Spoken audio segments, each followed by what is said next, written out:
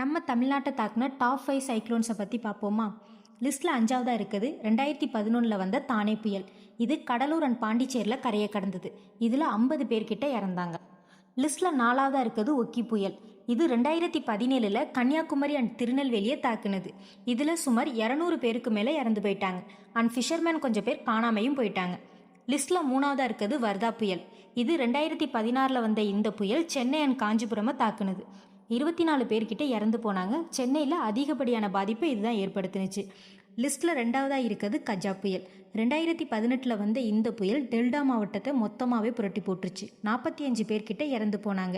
Delta டிஸ்ட்ரிக்டோட பாதி பேரோட வீடு மரங்கள் எல்லாமே அழிஞ்சிருச்சு. டெல்டாவில் ரொம்ப அதிகமான பாதிப்பை ஏற்படுத்துச்சு. லிஸ்ட்டில் ஃபர்ஸ்ட்டில் இருக்கிறது 1964 தனுஷ்கோடியை தாக்குன புயல். இதனால தனுஷ்கோடி மொத்தமாகவே அழிஞ்சிருச்சு. ட்ரெயின் அண்ட் பாம்பன் பாலத்திலேருந்து கூட கீழே விழுந்துருச்சு. இந்த புயலில் சுமார் 2000க்கும் மேற்பட்டவங்க இறந்து போனாங்க.